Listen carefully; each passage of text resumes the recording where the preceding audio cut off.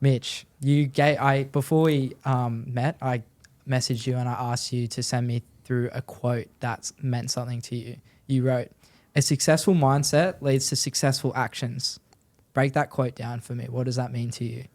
Pretty much that whole quote is sort of something I live by, and it's power of manifestation, where if you think you're going to be successful or think you're going to be successful, you're going to be. Like, you can't think you're not going to be and expect to be successful.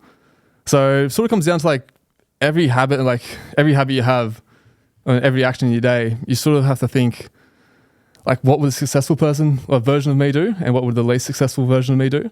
So I thought last year I was doing cold showers every day. Yeah. And when I was doing the cold showers, like, it sucked every time. And right before the cold shower, it'd be the worst, like freezing cold winter morning, and you don't want to do it. You think like, I don't want to do this morning.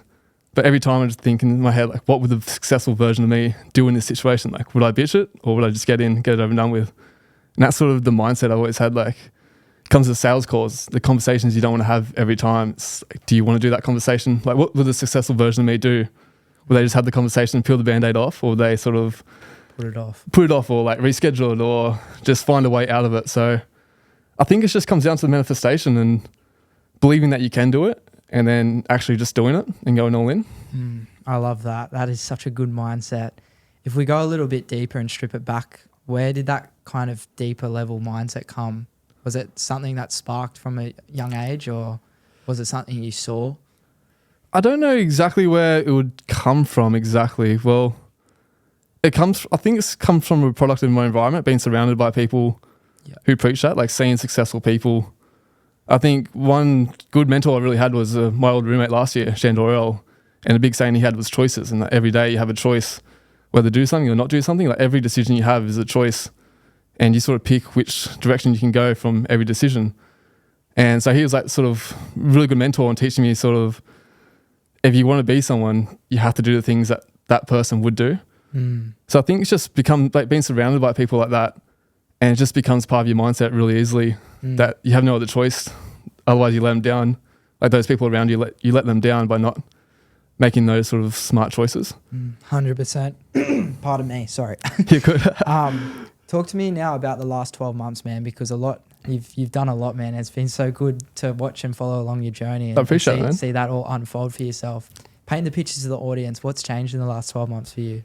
So pretty much this 12 months has been everything I wanted this 12 months to be. Yeah. So I quit my job, like full-time job, at the start of this year in January, went out on my own as a freelance content creator, videographer. Traveled the world, went to, I think, 15 countries. Lived everything I like. At the start of the year, I made a vision board of what I wanted sort of my life to be, different activities, like financial goals.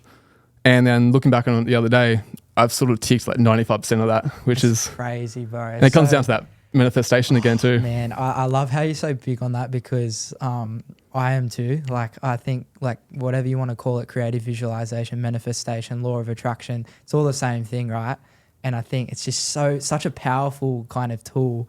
And, you know, obviously you can't just write something down and sit on a cloud and be a genie and it will come to you. No, you've got to put in the work and actually show up every day to achieve that. But writing that down on a, you know, you said vision board, and then just getting after it. And it's so funny that 365 days later you're here and you're saying 90% of that's ticked off. Like, I think that's crazy. So yeah, I appreciate that. It's like definitely the way to go. Like, you've got to have that vision, same thing, like have that successful vision of what you want your life to look like, and then having that reverse engineering skill of how to break it down and achieve that.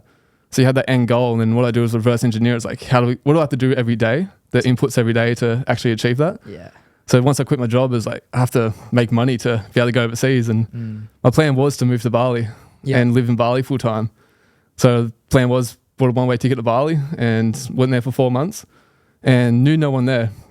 Like, absolutely no one, had no contacts, just got a place by myself in Bali, and then tried to figure it out once I was there. And yeah, like from there, just like told myself every day I have to like go network, go to the gym, meet people, made new friends, just started making money over there. Yeah. And then, just one thing led to another. It all rippled. Yeah. Wow. Okay. Let's run it back a bit. So you quit your job in January this year, 2024. This will come out in 2025. So happy New Year to everybody. What were you doing? What were you doing before, like pulling the pin and going? So it was actually kind of one of my dream jobs when I first got into videography. I was working with Air Locker Training, the gym brand here. Yeah, mad. And they had 20 studios around the country and expanded in the USA. So they're doing some awesome things. And I was working with my close mentor, Shandor. He's my roommate at the time. And he got me the job. And at the time, it was the job of my dreams. Like, this is perfect. And I sort of treated it as like an apprenticeship as a videographer, sort of get paid every day to learn videography. At the start, had no real experience, hadn't done much before. So it was just a good stepping stone. And I sort of saw it as a networking opportunity. So I went all in, was pretty passionate about it. But then I was in the office all the time, and then the 9 to 5 routine and structure and being told what to do sort of got to me a little bit. And I sort of discovered it wasn't allowing me to be living my life that I wanted. I wanted to travel the world, and it wasn't really allowing me to do that from that spot. So I sort of realized that in about August 2023. Yeah. And that's when I sort of made the plans to, okay, how do I get out? Like, how do I set myself up for the transition to becoming by myself and freelancing, and how do I travel the world from where I am right now?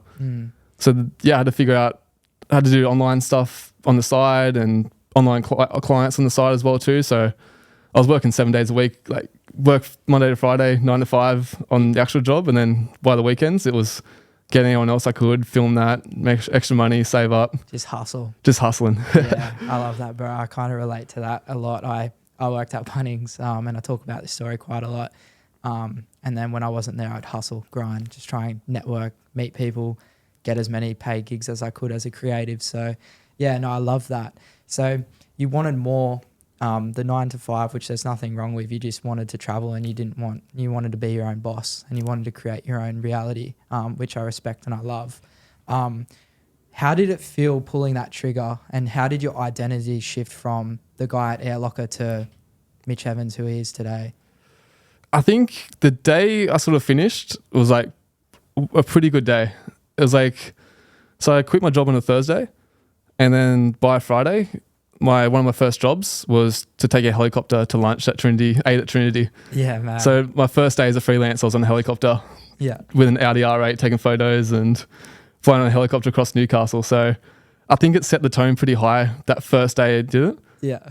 And I think it just instilled like a confidence in myself that as soon as I finished, it was like, I can do this on my own. I wasn't relying on anyone else to sort of allow me to live my dreams. I could create everything I wanted just by doing what I needed to do. And it allowed me I knew what I had to do, so I would just do it. And within that first week, I made my like weekly salary in a day. Yeah. And then the next week I made my monthly salary in a day. Yeah. So once I did that, I was like, this is insane. Like every limitation I had put on myself was just released after that. How did your mindset change around money? Because I know for myself, when I started making money and stuff like that, I was like, what the hell? Talk to me about that. I think I've always had the mindset of like, I want to make money. Yeah. I want to be like, I think I see money as like a tool. Yeah. And I've always have seen it as a tool, and I just knew I had different methods of getting it. And at first it was a 9 to 5 job because I didn't know how to make money for myself without that job. So I had to learn the skills to make money in that sort of avenue.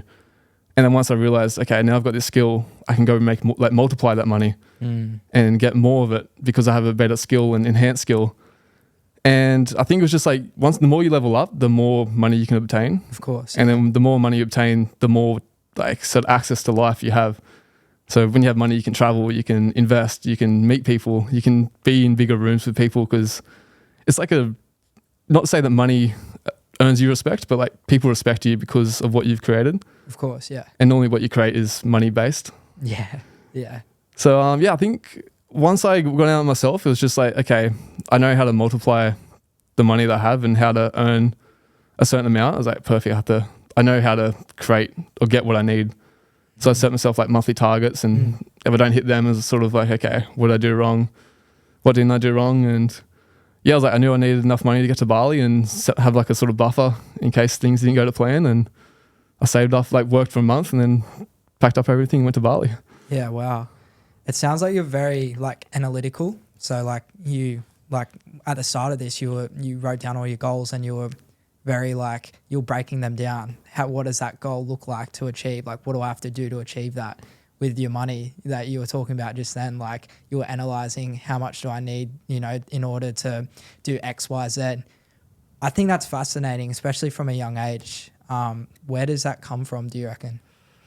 I don't know. Like, I think I've always had like an obsession of sort of like a routine and structure. And I guess like even in high school, I sort of learned how to do goal setting better.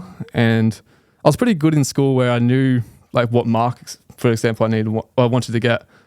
And I sort of broke that down. I was like, okay, sweet, I want to get this. I knew I could get it. So it was just having that confidence as well to knowing you can get something, and then how do you get it, and then having the discipline to find a process to achieve that.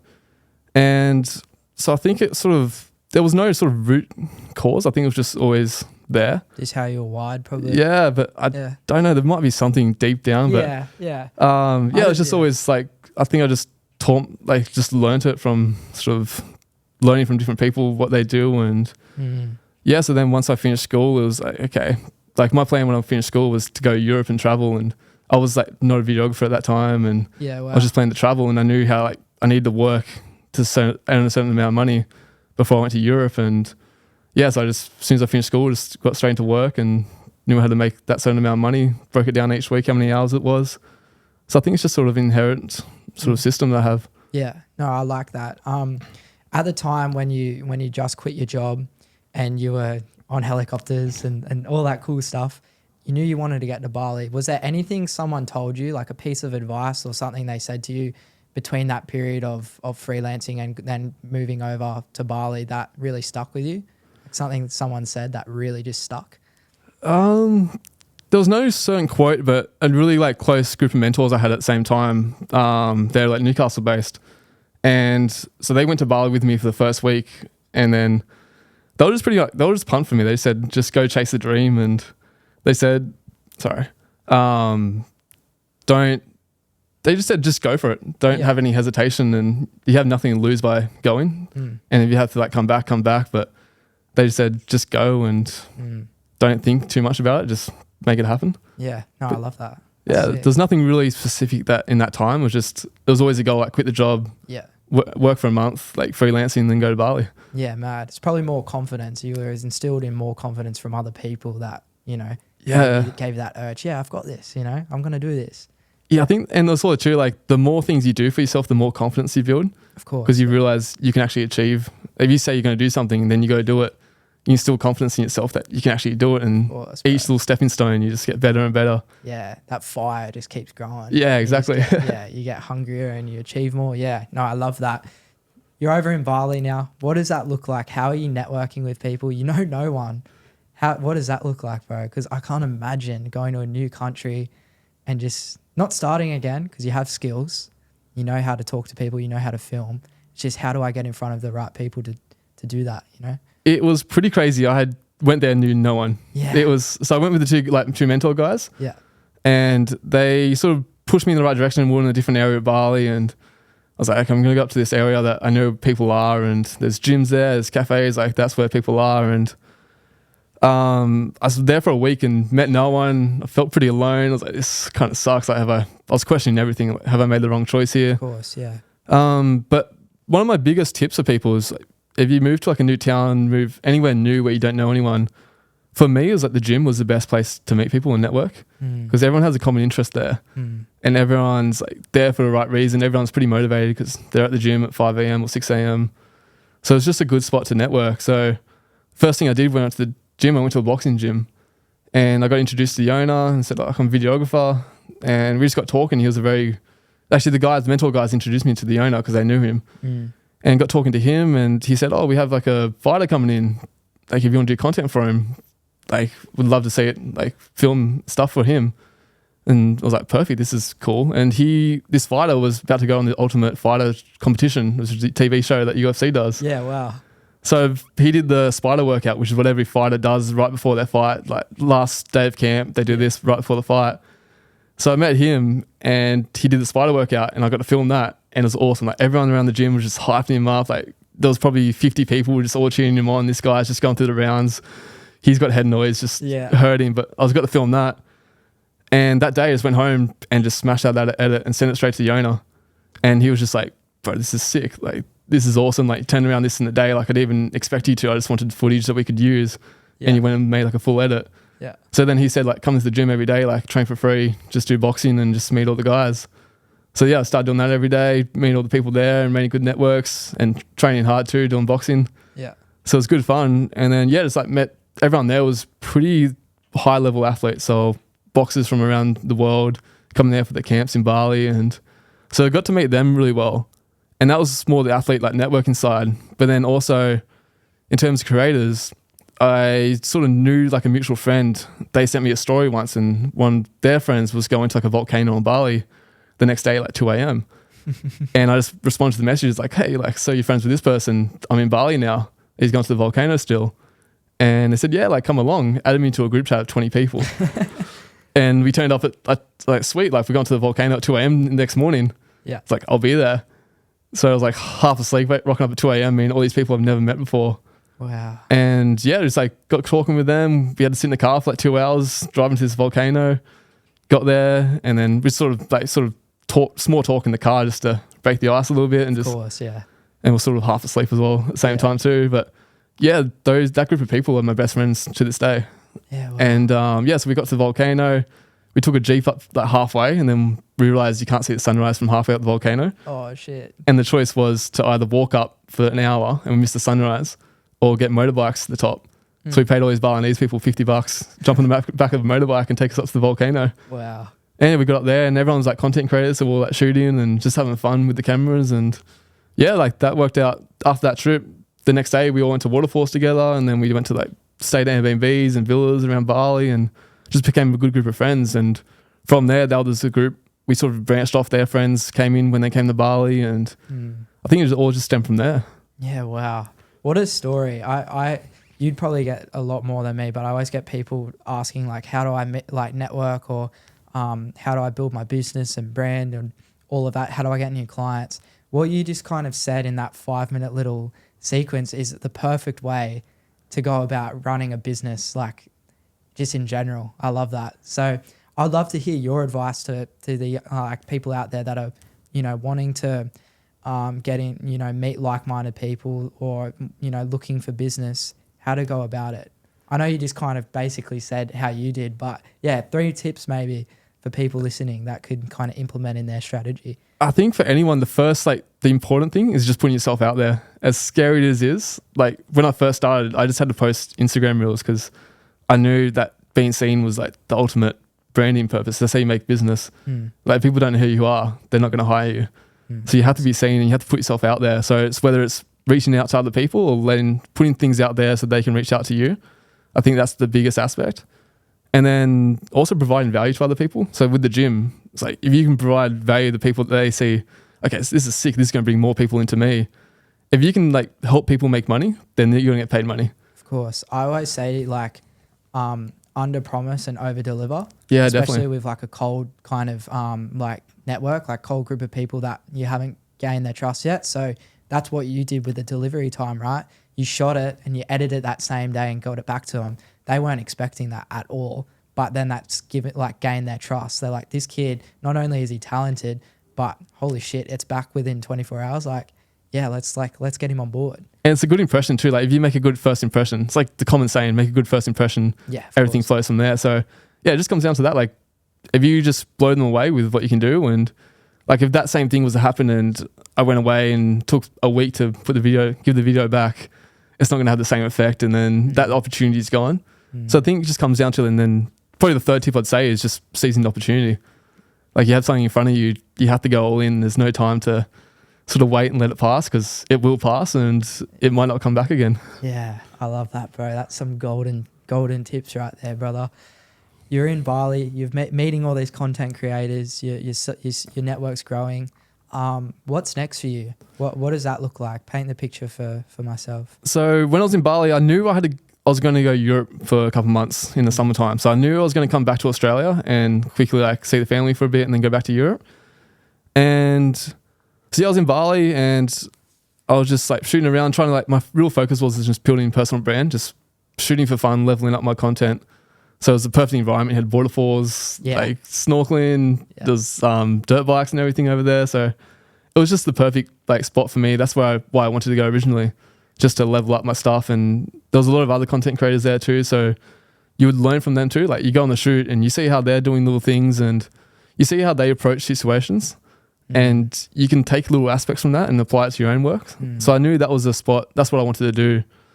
So I spent 4 months doing that, just absorbing, learning and applying those sort of skills and just leveling up my own content. And then it came to about May, and the group of mentors I have working closely with, they said they're doing a mastermind in Byron Bay, and it's this like $20 million mansion.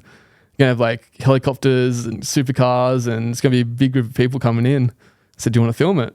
I thought, this is a pretty cool opportunity. Again, flew back to Australia, jumped on that opportunity and filmed that and stayed the weekend in this massive mansion. And again, too, that was pretty cool, just being surrounded by the things, I saw the materialistic things of success, but it motivated you because that you see it there and you know it's achievable because people in the same room as you have achieved that. So that was a pretty big motivation of mine. And that was the reason I came back to Australia in May. And then, was as soon as I got back, was just playing for Europe again. Mad, bro, mad. So you did, I saw you did like sail, what was it called? Sail? It was Yacht Week. Yacht Week. Yeah. So sorry, I don't know why I said Sail There's Croatia. a Sail Week, and then there's a few different brands. So I did also work with Sail Croatia. Oh, did you? Yeah, man. But Yacht Week was the main one I went over for. So once I got that job, I sort of built everything else around that one. Of course. Talk to me about how you got that job. So, and then paint the picture on what that looked like for you over the next few weeks, months. So originally I planned to get that job. So I had first day working that job was June 1st. I planned for that job back in November 2023. You wrote it down? I sent the email November 2023. I knew I always wanted to work for them when I first started content creating. Of course, yeah. It was just like the pinnacle of like European summer on a yacht, parties, and it just, as a kid growing up, I was like, that looks awesome. I want to do that one day. And so I always had like this fascination with yachts. I like love being on the water, being on boats, pretty cool. And so I knew I wanted to work with them. I just didn't know how I could do it. So at first I started just taking photos of boats in the harbour. Just when I first started photography, I just... In Newey here? In Newey. Just went out to like my drone camera, went out to the harbour, just whatever boat I could find, took a picture. And I used some of those pictures and then would pitch like other boat companies around Australia, just trying to pick up that work so I could build up to this pinnacle company or pinnacle job that I saw was like the dream. And once I did that, one group of friends, we all got like a job together working up on the Whitsundays and doing content for this sail company up there. So we went up there and it was about 15 of us all in this like catamaran boat sailing around the Whitsundays for 3 days. And so we did that and it was an awesome time. Like all a group of content creators just bouncing ideas off each other, having a fun time. And I was still working my full-time job at the same time too. So that was like a holiday but work trip. And once I just knew like this is the style of life I want to live as well too. And then until we did that content trip, got awesome footage. The company was super happy with it. And as soon as I got that, came straight home and then put that footage together, sent to Yacht Week and it's like, this is what I can do. This is what I can help, how I can help your business. And jumped on the call with them next week and locked in 2 weeks in Croatia. That is so cool, bro. I love that. Okay, so you've landed your dream job in a way. You get over there. What's it look like? It was pretty crazy. The first day I got there, hit with jet lag. I didn't leave the hotel room for 2 days. Oh, really? I just was so tired. And so plan was originally to get there 2 days earlier just to chill out and stay in Rome, Italy, but didn't leave the hotel room. So got there, just was dead.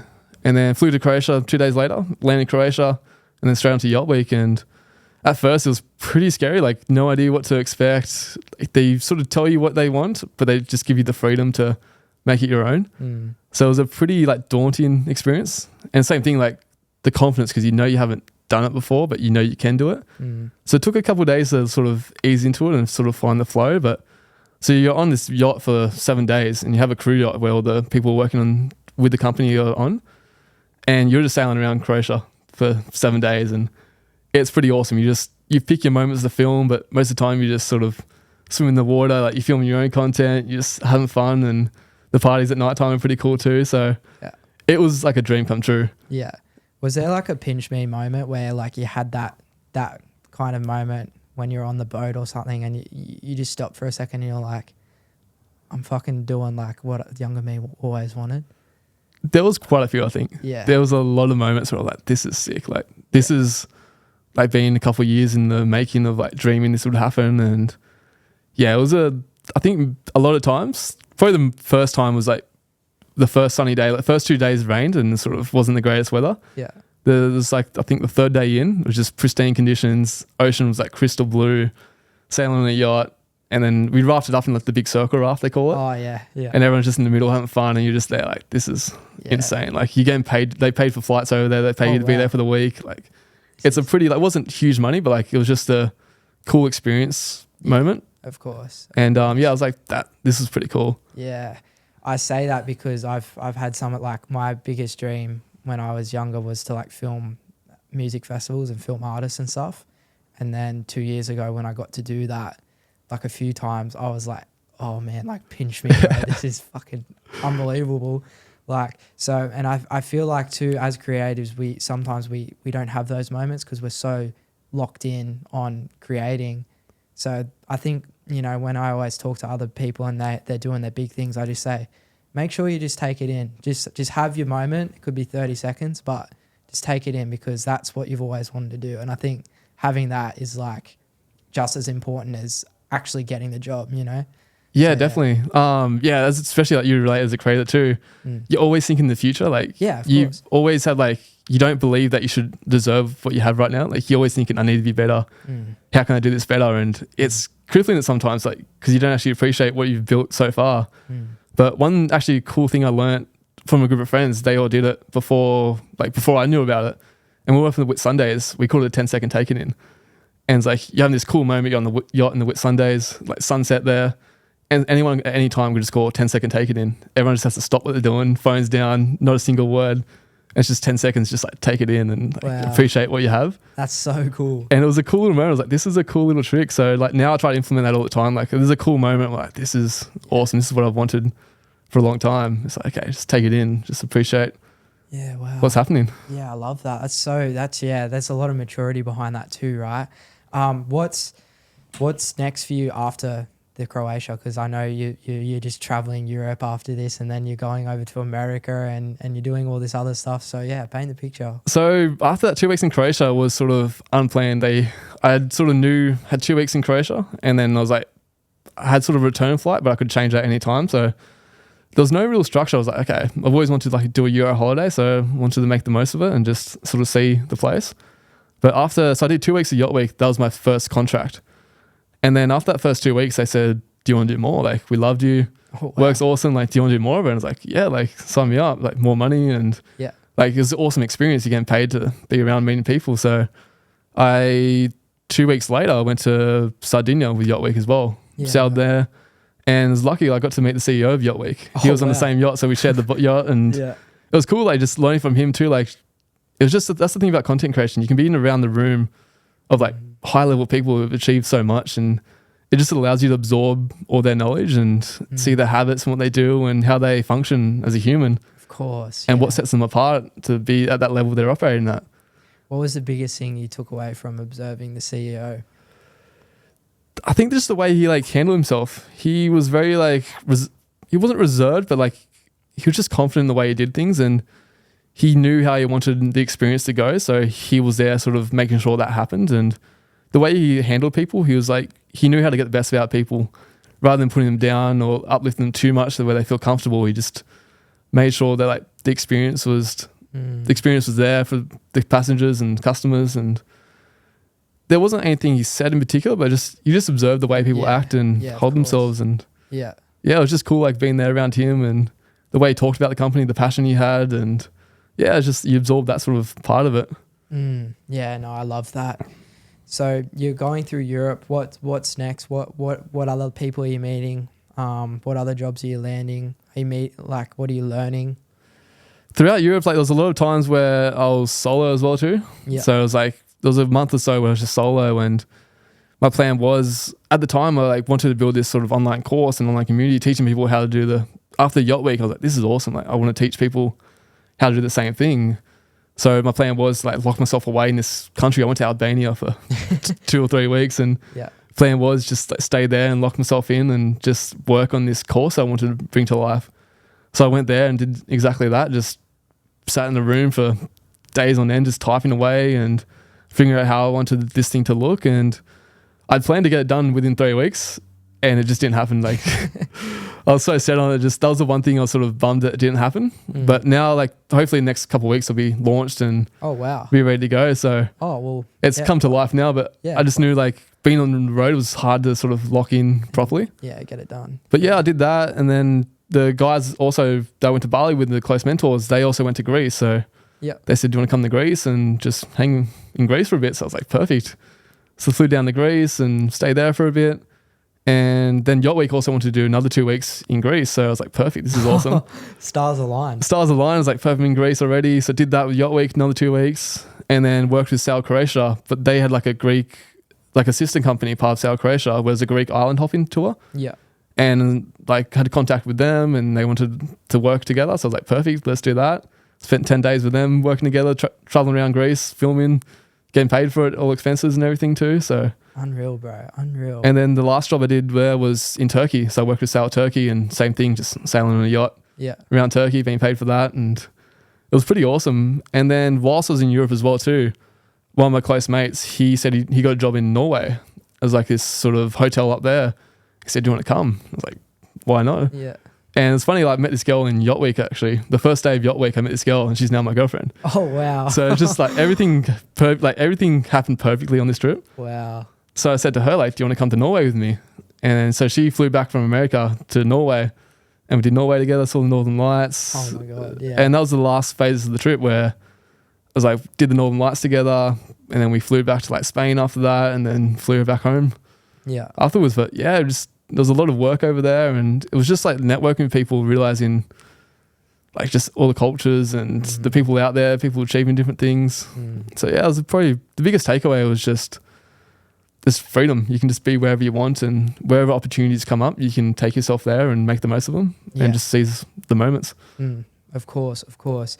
You spent, how long were you over there for roughly, like all up? I think it was close to 5 months. 5 months, yeah, wow. How did like your mindset around shooting at the very first day you got over there to the last day? How did you change as a creative and as a person? I'd say, I know you just kind of said then, but from a creative standpoint, because I'm sure you would have learned a lot too. I think it was good like Yacht Week because there was other creators there too, so you got to bounce ideas off each other as well, and it was the same sort of thing. Like you're just learning as well too. I think the biggest thing was you didn't have to like focus on getting everything perfect because it was such a run and gun thing that like you wouldn't get the perfect moment every time, but you try to make the most, like try to capture the perfect moment as best as you can, but it's never going to be like exactly what you wanted. Yeah. Just because of the nature of it, it's like run and gun. People like were drunk and like they're just having a good time too. So like in that sort of aspect, it was hard to get what I envisioned at first, but I think the end result that came to life was like perfect in a way too. So I was just thinking that, I just realized it doesn't have to be perfect every time and that it's not going to be what you think as well too. Like you go in with this vision and it's not going to be exactly what you envision, but the end result's always pretty cool. And I think when you're on the road traveling as much as like within 5 months, seeing all these countries, I think you just have to sort of let go of some things and realize don't be too hard on yourself in that aspect. Yeah. Of course. What did traveling the world teach you? And what's probably the biggest difference between these other countries and Australia, you reckon? It's a good one. I think my dream life has always been to travel the world. Like it's just something I always wanted to do. And from a young age, I've always wanted to do that. I just never knew how. So I think getting into the content was always just as my sort of method that like the avenue I found to travel the world. And I've always looked up to people, sort of the full-time travelers and everywhere. And I think it just like being able to do it and live that life, it just teaches you that freedom exists and that you can do what you want when you want it. Yeah. And as long as you like work hard to achieve that, you can do anything. But Australia's an awesome place. Like every time I come home, like I love coming home and appreciating what we have here. But it's just when you stay here so long, you want to go see other places because you know it's always going to be here and you always have it to come back to. But there's other places to go see and you find out what you like, what you don't like. And I think you can take those aspects and incorporate into your own life and the lifestyles of other cultures, especially like Europe is very like laid back and America is very hustle based. So you try to find the best of both worlds there. Happy medium. Yeah, just trying to find that medium and then create your sort of personality based around what you've experienced. Would you say like what's like the biggest difference you've seen from being overseas to like that, like those people like Europeans, Americans compared to Aussies? Like what's like the biggest difference, do you reckon? I found everyone loves Aussies overseas. Really? Yeah. As soon as you say you're Australian, everyone loves you. Yeah. I don't know. I think Australia is a pretty cool place. Like it is. We have it pretty awesome here. We do. Yeah. It's interesting. The politics in America. I was over there for the election, and really? that was crazy. Like that would be insane. It was just like there was so much division between everyone. Like your identity is based around your political belief, and that was a big one. Because I was saying to my girlfriend, like in Australia, no one really cares that much. Like we're very laid back, and I think that's what I've learned a lot. Is like Australians in general are laid back, but as well too, Australia, you have tall poppy syndrome, which is really bad. Like if you try to do anything that's outside the norm in Australia, you get shut down very quickly. Whereas in America and LA especially, you find like the most quirkiest people. They're doing like the weirdest things, but they're happy doing it and they're making good money. Yeah. So I think like it's just the difference where Australia, like if you try to stand out from the crowd, you get shut down. And in other places you can do whatever you want, and sort of people, they don't care about it, or they support you in general anyways. Yeah. So I think that's probably a big takeaway. Yeah. Yeah. I think that's pretty prevalent here. Let's run it back now to kind of how you started. I think that paints a really good picture on what you've done and what you've achieved. But I'd love to see that, you know, and listen to your story of how you started and that first time you picked up a camera.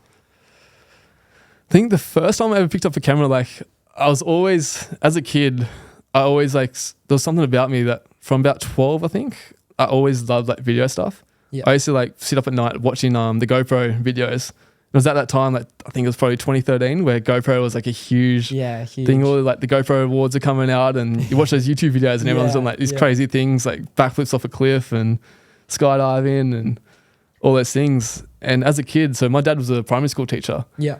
And when I was in year 6, he was like, every time after school, like I'd go to his classroom, and then he'll take me home. So I'd go to his classroom on the big screen, the projector, just type up GoPro videos and sit there for like an hour while he's doing like meetings and stuff. Yeah. Just watching GoPro videos. And I think that Christmas I was begging him for a GoPro, and we moved to as a family, we moved to Canada that year for 12 months. Oh, wow. So I got a GoPro that year, and I remember just like filming, like making GoPro edits and of myself like snowboarding, doing these like tiny like 1 centimeter jumps. Yeah.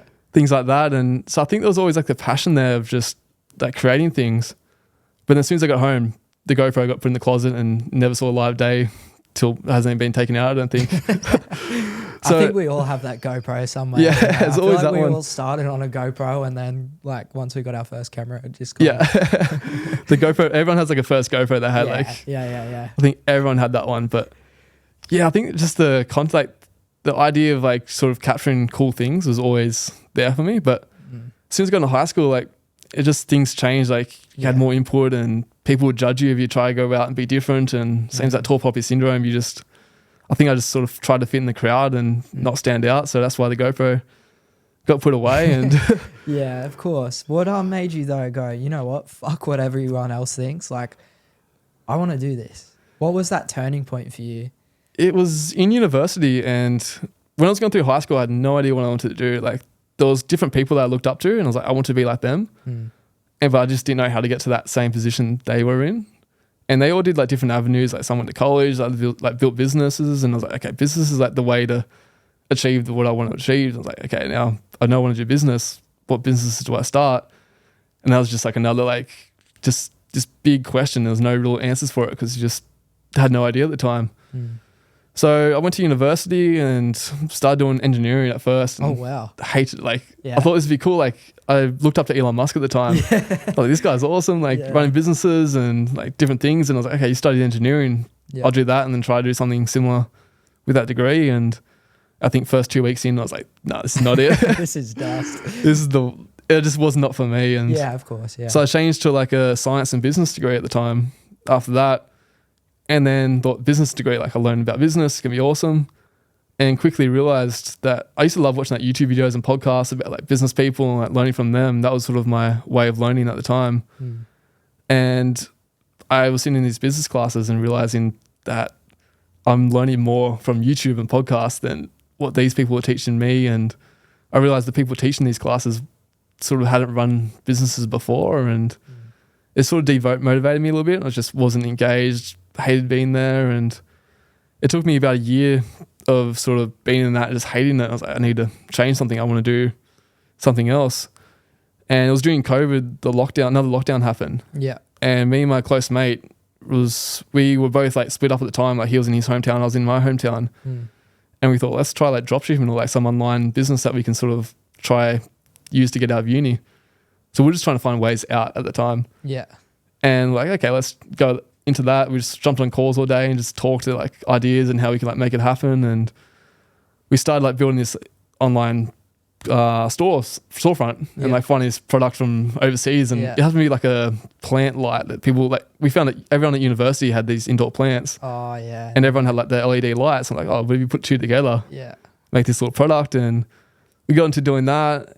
And then we got like the sample product ordered in from China, and like, okay, let's try and make some TikTok ads and things to sell this product. Yeah. And then we realized we need product photos that we could run as ads. And at the time I was like, oh, I kind of need a camera to take photos of this. So I went on Marketplace, bought a $500 camera, and then started taking photos of things, and then realized I just didn't really like doing dropshipping stuff like the ads and website design. And just like, we just found it hard, the motivation to do it, get it done. Yeah. But then I still had this camera there, and I started doing more with the camera. I was just bored at home, so I just started going taking photos around my local area. Like we had the beach there, so I'd go take photos at the beach and of the lighthouse, and kind of had really a lot of fun with it. And I discovered like Lightroom editing, and then sort of just found YouTube videos of how to edit it on Lightroom and different things. So I started spending more of my time doing that and then taking photos of the camera, and it was kind of cool. So then I thought, this is pretty fun. Like I like doing this. I might put one on Instagram. Yeah. And I remember getting the photo. I was like, this is my favorite photo I've ever taken. This is awesome. And I remember going to put on my story, and it was probably one of the hardest things I've had to do. Really? Starting out, just putting my first photo up on Instagram. Yeah. But I kind of knew that by that time. Because you were like scared of what other people would say? Yeah, just scared of what other people would think. Yeah. And it was just like, I remember I left it for a day and just didn't do it. Really? And just that sort of looking at it like, oh, I don't know. Yeah. Like I thought it wasn't me at the time, and I was scared of what other people would think and judging you. And but then at that time I started to think like I want to be sort of online business, like Instagram, sort of a way to build a personal brand. And I saw these photographers at the time, that's what they were doing. I was like, okay, this is an avenue to go down. Yeah. So I was sort of stuck in that position of like, I want to do this, but then I don't want to do this. Yeah. You were held back by what other people think and maybe a few insecurities. When you've hit that post button though, you made the leap. What changed? At the time I hit the post button, I just put on my story. So it only lasted 24 hours. So I was making a big deal about this thing. No, but still that is a big deal, especially like from, don't minimize it because like we've been but there. Even then, like it was a small step, but it felt like a massive deal. Huge step forward. I put on my story, tossed the phone away, didn't look at it for an hour. And then, just left it. And then I was like, oh, that was kind of felt good doing that. Like it was like a dopamine release. And I was like, oh, this kind of feels cool. And you realize it's not actually that bad. It's just that confidence thing. Like as soon as you take that first step, you're like, oh, this is not so bad. Like, the hardest part is getting to that step, and you talk yourself out of it every time. But as soon as you hit like that trigger of making the action, it just becomes easy. So it's just like in your head. Yeah, that's so good. All the time. And then, after that, like it just became easy. I just tried to make it an easy process. And I was like, okay, it's just in your head, like get out of it. And then posted those same photos like the next day, I think. Yeah. And then, just started taking more photos around the area. And then it was like my 21st birthday at the time. So I'm only like 21 doing this. Yeah. And like went to Whit Sundays, and then for my birthday, had an awesome time up there, but just taking photos, having fun. And just like, enjoying that, just posting photos for a little bit there. And then I came back to Newcastle and was like, I'm going to go all in on this. So I used up whatever savings I had and bought a camera, and it was a Sony A7 III. Oh, what a camera. It was a good camera, that one. What a camera. Yeah, wow. What a story too. That's so good. And I bet your younger self, it's a question later down in the script, but I bet he'd be proud. Anyway, let's not go there just yet. I want to talk about imposter syndrome. You kind of went on to it earlier about your story and stuff. As creatives, I feel like we all kind of experience that to some extent. Like you're always thinking ahead. You're always thinking, I need to get better. I'm not there yet. And then you keep trying to chase the I'm there yet, but you've realized that you're never going to be. Yeah. And it's a dangerous game to play. Where do you stand with that and how do you deal with that? I think, yeah, definitely something I feel a lot. I think everyone's lying to themselves if they don't say they never have sensed or they had that feeling of imposter syndrome.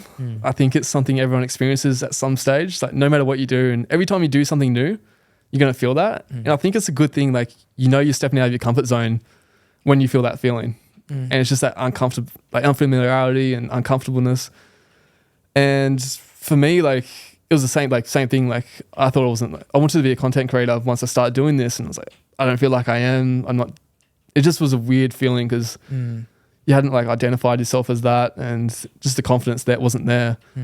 But I think the more you do it, the more you fulfill that role or fulfill that identity of what you want to be. So true. So it's just like taking the action and just doing it and staying consistent with it.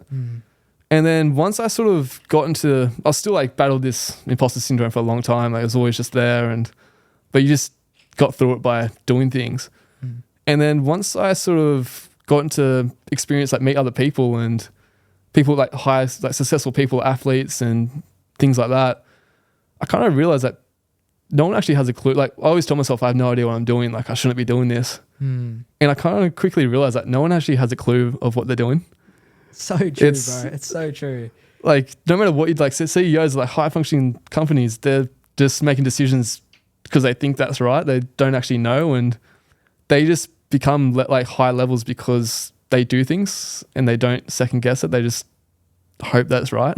And most they take like the calculated risk all the time too. But yeah, people like no one actually knows what they're doing, and like everyone has like a 5-year plan, but no one actually sort of they can see their true, like they have a place they want to be, but no one knows how they're going to get there.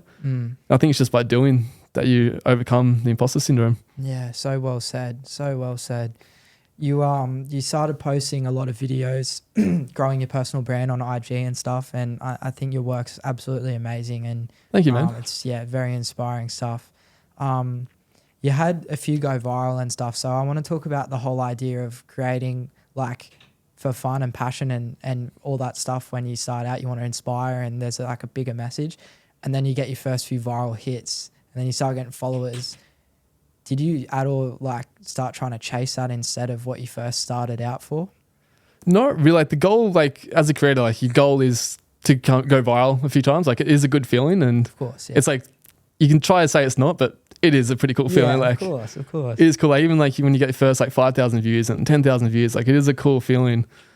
And yeah, like my goal always was like I had the vision. I was like, okay, I know if I post consistently and like make cool videos, it's like a lottery. I always think it's a lottery. Yeah. And like you can enter as many times. Like the only difference with this lottery, you can enter it as many times as you want, and the only price you pay is with your time. So you take the time to edit these videos, and that's your ticket. As soon as you post, it could go viral, it could change your life, or it just stays there. But it's never like a lost time, because every time it stays there, each time you build up your personal brand, the one video that does go viral, people are going to come to your page and see all these cool videos that you've consistently put in over time. There's that brand equity there. And so you build it up. Like wherever you post your first video and then it goes viral, people are going to come to your page and go, oh, there's nothing there. Yeah. I don't know who this guy is. Yeah. They just like don't really no trust there as well. Yeah, exactly.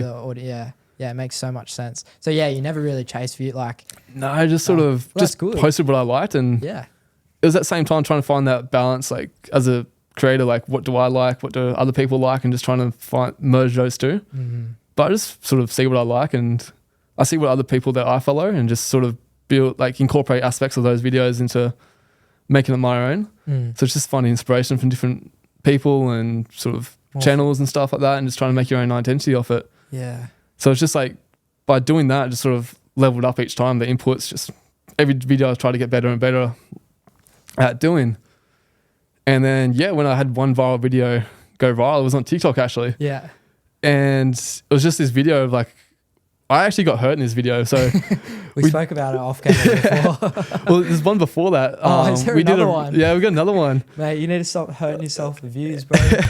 Every viral video I've had has been when I got hurt. Really? That's what I found the trend. Oh my God. So I don't think I want to go viral like too much because I'll find another way to go viral. Yeah. But yeah, so we did this, like, mates had on one morning had this idea, like, let's get a jet ski and make this rope swing. So we dropped a rope from this cave, and you could go back in the cave and with the jet ski, go as fast as you can. The person on the back will catch the rope and then swing up and I've see seen fun that little video. ones. It's sick. But at first, the idea was you had the rope already and you'd be hanging onto the rope, and then another rope's attached to the swing itself, and the jet ski pulls that rope, so then the person gets lifted up and you just drop off. Oh, okay, yeah.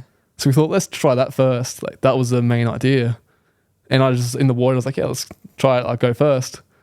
So mate's on the jet ski, he's driving with one hand, holding the other rope, and then I'm on the swing just hoping for the best. I didn't know what was going to happen. Oh, shit. And we just called out 3, 2, 1, go. And before I knew it, I'm just like way up in the air, like legs dangling.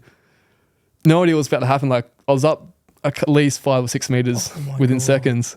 And the rope that was holding the swing, it somehow snapped. And it's flung back, hit me in the face. Oh. So it's like hit me in the eye as I'm in mid-air. And then I'm just dangling up in the air, like arms and legs going everywhere. Like, hit me in the eye, so I can't really see. And then I look down as I'm coming down, the rocks are like 1 or 2 meters within me. Oh my God. And then just like hit the water and just like in a daze, and I was like, what the hell just happened? Oh, and then, we found out that's not the way to build the swing. So shit. I got hurt that day, but it wasn't too bad. It was just like a little stinger and it was good. But yeah, we like readjusted the swing, realized let's not do that one again. Yeah. So we just had the idea, put a person in the back of the jet ski, attack it that way. And I filmed one of my friends. He hit the rope swing, swung off, and then swung back, did a backflip off. And I was put it on TikTok just for fun. Just like, oh, it's a cool video. And overnight got like 1 million views. Yeah, wow. So it was pretty cool. And then it's that same thing when the viral video happens. You're just watching it like, this is insane. All these people commenting and liking on it. And then one day I'm sitting in the office at work, just like not doing my work at all, just watching this video go viral. Yeah. And this name pops up saying liked your video. And it was Jake Paul. Oh, really? Yeah. And I was like, holy crap, this is cool. And I was like, maybe it's just a fake account. Then went into it, looked at it, and I was like, it's actually Jake Paul's account. And oh my God. Like, this is pretty sick. Yeah. And then, so that video got to like 6 million views in total. Yeah, wow. And then put it on Instagram, had like 2 million views. And so that was a pretty cool moment. I was like, oh, this is like the first taste of like virality. And it was like, I think it wasn't that bad. Like, I only got a couple thousand followers from it. And then the next viral video was the infamous one. The infamous one where I decided to do a backflip off a bridge and completely landed flat on my back and end up in hospital with a suspected fractured neck and oh my God. Couldn't walk for a week. And it was a scary one. So I'm in the hospital bed and my mate who filmed it put this video on his story and was laughing about it. And he said it was his most viewed story he's ever had. And he's like an influencer as well, like TikTok creator. And he said he got like 30,000 views just from his story alone. He said, you should post this on your Instagram. I was like, oh, it's like completely off brand with myself. Like, it's me hurting myself off a backflip. And all the content I've been trying to do was like sort of travel inspiration. So it's completely off brand. And I posted on Instagram overnight at like 5 million views. Yeah, that's great. And then it ended up being like 40 million views in total. And my goal for that year was I set a goal at the start of 2024 this year was to hit over 10K followers. Yeah. And this was in January 4th. I had 10K followers by January 7th, I think. That is crazy. One of my main goals for January 2024 was ticked off within 7 days. Yeah. Did you adjust that at all? Did you go, I think I was like, that's pretty good. I was like, if I have to hurt myself again, I probably won't to get now more it's just views. about nurturing that following. Yeah, just like building that up and just like posting quality content. And of course. That was the stage I knew I was moving to Bali. So I was like, perfect. Let's just... Great timing. Yeah, it was good timing. Yeah, mad, bro, mad. I'm so happy you're okay too, man. It was a pretty lucky outcome. Like, it could have been terrible, but... Yeah, far out. Let's hear some advice now to young creators out there that, want to get paid to travel, want to create really cool videos. What's your advice to them? How do they start? I think it's just like invest in learning the skill. Like, always focus on enhancing your craft and being better. But the only way to do that is posting on Instagram. Because if you like had this saying in your head, like, I'll post once this video is good, you're never going to post. And then you're going to spend way too much time focusing on this one thing and you'll grow so slowly. But I find like the more you post, each time you learn, you reflect on it and you do the work better and faster because you always got something to work on. So you I think if you just put yourself out there and post on Instagram and then use that as a tool, like as a method to grow and get better at your work and craft, it's just, you're going to be out, like you're going to level up as a creator so much faster. So just do it. Just take the action. Yeah. And yeah, like once you start doing that and have like a sort of, like Instagram's your new website now where it is. It's like your portfolio. It's your portfolio just there. Like all the work I've got is through Instagram. Yeah. Like people reach out to me and I reach out to people. Every time I reach out to them, they go back and check my Instagram and then see all this stuff. All your work, basically. It's just instant like verification. Yeah. And they trust you straight away. Whereas if you're an account with like 2 posts, like they don't really like think, oh, this person, it might be a scam. Yeah. So it's just like, yeah, if you want like starting out, I think just, and then getting past like the sort of fear of being judged by other people, just know it's going to happen. You're going to get judged and people are going to say things to you. You're going to get laughed at. But at the end of the day, it's like, what kind of life do you want to live? Do you want to be stuck in that same rut of not being happy, but you're not being laughed at? Or be laughed at for the first couple of months and then start living your dream and then people ask you how you did it? Yeah, it's always like, I saw a thing the other day and it's so true. Like it's always cringy first until, you know, like you achieve it and then it's not like the people like will say, oh, how cringy is that? He's creating content. And then when your content blows up and you're doing it full time as a job, it's like, oh, well, he did it. Like it's that whole mindset kind of shifts because of a number on a screen. But it's so true. Like people will judge you at the start, but come full circle when you achieve what you're set out to do. It's I think everyone's experienced the same, like you yourself as well too. Like when you start out, it's like you put yourself out there and it just gives them the sort of ammunition to sort of fire back at you and shut you down. But then, like they only last a couple of months. And then as soon as they start seeing you do well, then they realize, like, okay, like they just have no ammunition because you're doing well and you don't care about them either. Yeah. That's my biggest thing. Like if I was so worried about what someone thought of me, I would think, well, what does that person actually mean to me? Are they someone that is in my close circle, or is it like family, or like, do they mean anything to me? No. Well, I'm hitting that post button or I'm doing this. Yeah. And if they're going to talk shit about it, fair enough. Like it doesn't change what I'm going to do. It's just inevitable that like outcome as well. But one piece of advice I found really big for me was never take advice from people you wouldn't trade places with. Yeah, of course. So like people who give you advice and you might not agree with it, look back at them and say, okay, are they doing what I want to do? So it's like they have the perception. It's like, it could be really good advice, but the way they perceive things and where they come from might not be sort of relevant to where you are. And it could be taken as bad advice from you. But if you see like someone, say like a top sort of videographer or creator, and they're telling you to do this thing, it's because they did it and it worked it worked and they've done all the things that don't work. So they're trying to give you the instant path straight away. So I think it is like, learn, like shut out all the stuff that's not relevant to you and the hate and the sort of people trying to take you off your path, and just sort of focus on the people trying to little squirt. But just like focus on people that are in the place that you want to be and then learn from them. And then when you learn from people 10 steps ahead of you, you're going to get to that same place so much faster. 100%. Well said. What are you trying to be better at? There's a lot of things. I think like I always set myself a goal of things I want to improve on. I think confidence is still such a big thing that I'm always battling with. Like it's the same imposter syndrome, and every step you take, you always find like you're not meant to be here until you start doing it and then become that person in your head again.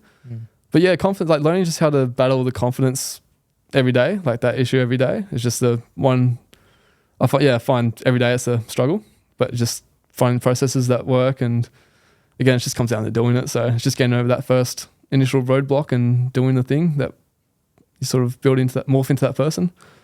Yeah, no, well said. I like that analogy, and I feel like it's very universal, right? We all kind of suffer with that. So, it's just you've hit the nail on the head. Just keep showing up, keep doing it. Like you'd find yourself even to like starting out the business. Like at first, you'd probably think like, "Oh crap, I'm not going to be doing this." Yeah. Well, I think there was a lot of naivety there too. Like I feel like you have to be a little bit naive when you're doing or starting something. Yeah. You don't really think about too much. All you want to do is you want to go from A to B, and it's like I'm going to do whatever I can to get to that. And then once you get to B, it's like, oh shit, I actually like missed all these steps. But I think, naivety is, a great thing to have to achieve what you're trying to do when you're starting out. I think that's definitely like a big characteristic of many successful people, like in business as well. 100%. Like if you've got naivety and then purpose, like it leads to success straight away. Like 100%. if you've got purpose behind you and just no regard for consequences or anyone else's opinion, you just like go at it and hope for the best. But like you fueled by purpose and drive and desire, like the fastest path to success there. So true, bro. So true. What would you tell your younger self? If your younger self was sitting in the seat I am in right now, what would you say to him? I think it would be this pretty common answer, but just start now. Like I wish, like I always reflect, it's a tricky thought. I always wish I started earlier. But at the same time, I'm glad like things panned out the way they have. But yeah, I wish I like started when I was 18, like when I was still in school, like rather than waiting like a couple of years. Like they feel like wasted years, like because, but then at the same time, like I met some great people along the way and but yeah, I just wish I started earlier and wish I didn't listen to the sort of being feared, like didn't have that fear of being judged by other people. I wish that wasn't like in my head earlier. But yeah, like I'm glad I'm where I am now. But yeah, if my younger self was here and could do things back again, I just wish I started earlier. No, that's good advice. The kid that was watching GoPro videos in his dad's classroom, what would he say to you, do you reckon? I think he'd be pretty happy. Like some of the GoPro videos I've got now, like pretty on brand with like the fast cars and helicopters and he'd be over the moon. Hey, I think he'd be pretty happy. Yeah, your younger self. Like that was always like I watched those people doing that stuff, and I think you just want to watch the YouTube video of myself now. That's what I'm trying to go the next step, is make YouTube videos and be the person that other people can watch. Like have that same inspiration. Yeah, wow, that's so powerful. What does success mean and look like to you? I think for me, like there's so many aspects of success and wealth that like there's a lot of pillars I find, and like you have like your wealth, your health as well too, like family, relationships, all those like sort of incorporate into like a sort of successful life, like where you can be have a lot of money, but then your health's down the drain and you have no family around you. So I think just being all rounded, just having like the freedom to be where I want, have good people in my life, have money coming in, and I think that's sort of success for me. Like, and having purpose as well too. Like if every day I wake up with a purpose to achieve and have that drive, I think I'll be pretty happy, and if I'm happy, I'm pretty successful. Yeah, I relate heavily to that. It's funny, I ask that question every episode and there's always a different answer. That's why I like it. Yeah, right. I feel like success is just define it. Like what does that actually mean and look like to you? It's different, right? Yeah, so, like everyone has their own version, like everyone has their own thing they're working for too, which of course makes everyone's path different. And but yeah, I think for me, like there's no definitive answer. It's just like an all-round aspect of like if everything in life is pretty good and the things you can control being controlled well, and then I think it's pretty good life. Yeah, well said, bro. Well said. What holds you back?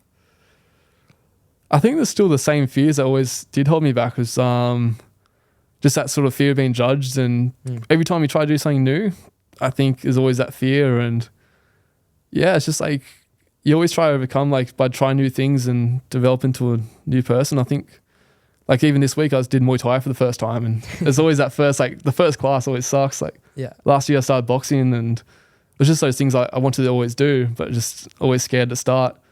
So I think it's just that fear of starting, and it just holds you back. But as soon as you do it, like peel off that Band-Aid the first time, it just gets easier. Like go to the first class, or take your first photo, or just the first things. Every time you do the first thing, it just gets easier from there. So true. Just that fear of being held, like fear of starting is always a big one. Yeah.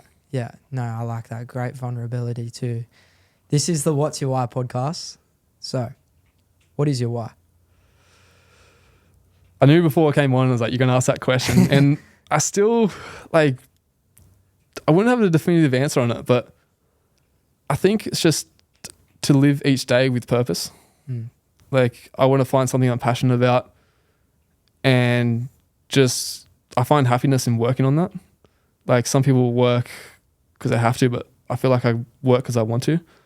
And now I've found something that I really love, and I wake up each day and I just want to work on it. And now, like with the passion, you can inspire other people and you can do cool things. And there's a lot of things I really want to do with this. Like I feel like I'm only just scraping the surface and just touching it. This is my first year of actually going all in, and it's like a whole lifetime ahead of it.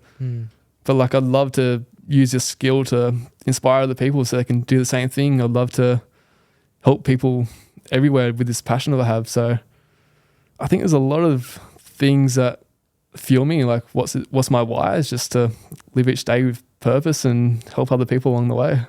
I love that answer, bro. So good. We have a closing tradition on this podcast, and it's where the last guest from the last episode sends in a question for the next guest. So yeah, nice. I've got a question here and I'll read it to you. How did you discover you had the passion for what you do now? I think by doing different things and realizing what I didn't like allowed me, like pushed me in the direction of what I wanted to do. Of course, yeah. Like I always had that underlying passion of photography and videos and stuff and telling stories, but I never discovered that until I was pushed, tried all the different options and realized and just discovered it by trying those different things. And yeah, just putting myself out there as well too. So yeah, I think just by doing different things and knowing that I wanted to live a life of like being free and traveling and knowing the outcome I wanted, and then realize like reverse engineering that and finding the method to achieve it. I think that was the way of discovering it. And I sort of saw the outcome of traveling around the world and being free, making money. And I started seeing people like, who are photographers and videographers doing pretty well with that. And yeah, just okay, maybe that's the way to go. And then tried that out, loved it. And then I was like, okay, this is when I found sort of something I wanted to wake up every day and work on. And yeah, do exactly that. And here you are today, brother. Absolutely killing it. Is there anything you want to say to end off this episode? Maybe you were speaking about your community that you're building. So maybe talk about that, plug that to the audience. Yeah. What can they expect from you? It's called the lifestyle construct. And it's the same thing. Like you can design your own life in any way that you want it. Like you have like creativity is like sort of in everything that you do, and you can create anything you want. Like if you want to build a cool house, you design that yourself, and like you go through that process. But yeah, it's just like creating that lifestyle of what you want. Like if you want to build an awesome business, like you can create that. Or you want to travel the world, you can do that. So it's just sort of teaching people the avenues, especially videography, of how I did that and create that sort of lifestyle of being able to travel the world, say these awesome places, meet awesome people. Like some of the people I met along the way, like I used to watch on TV as a kid, which is awesome. Like I remember even Shane Dorrell, like I used to watch him as a kid growing up, and he became my roommate. Yeah. And then got to like meet Alex Vieira, the UFC fighter. Used to watch him on TV all the time. Tyson Fury. Yeah, wow. There's some pretty cool people out there. Like you just can do some really cool things, and that was within 2 years of starting too. So I think, yeah, like there's a whole life ahead to live, and yeah, I just want to teach people how to start and design their own life. So that's pretty much what I'm teaching, and just sort of different little ways. And I kind of just want to build like a community where when I first started, you'd be the same as well. You'd by yourself trying to start out, especially in Newcastle, there's not a massive creator scene, and there's like, you feel very alone. You're trying to try different ideas, and you feel like an outlier, right? Yeah, you feel like tall poppy syndrome again too. Like you're standing out, and that's why it's content creating such a cool thing, because everyone has a common interest, and that's how we connected as well. You just like build with friends, and like some of my best friends are all content creators too, and it's just a fast way to build a network. And you put all those people in one community, it just gives people like a avenue to enjoy the craft they want to focus on, and give people the opportunity to get the jobs that they might not know of, and everyone can share ideas and put videos in things and get feedback straight away. So it's just everything that I wanted when I started out and that didn't have, I want to try build so people can level up faster. And have that. Yeah, that's amazing, bro. Well, do you know when it's going to be released? When can people kind of... Plan is for the new year. New year, right. So this might be released when this podcast just after. Released. Yeah. So maybe check it out if you're interested. Bro, thank you so much for your time and coming here today. Appreciate you having me on. It's been a pleasure. Thank you. It's absolutely amazing to see what you're doing, and I can't wait to see what else has in store for you. Yeah, thank you. 2025. Same sort of thing. So podcast for the first time, and it's always tricky at first, but yeah, bro, you smashed it. Jump on. Thank you for having me. Pleasure. Thank you guys so much for listening and watching this episode. I'll see you guys in the next one. Peace.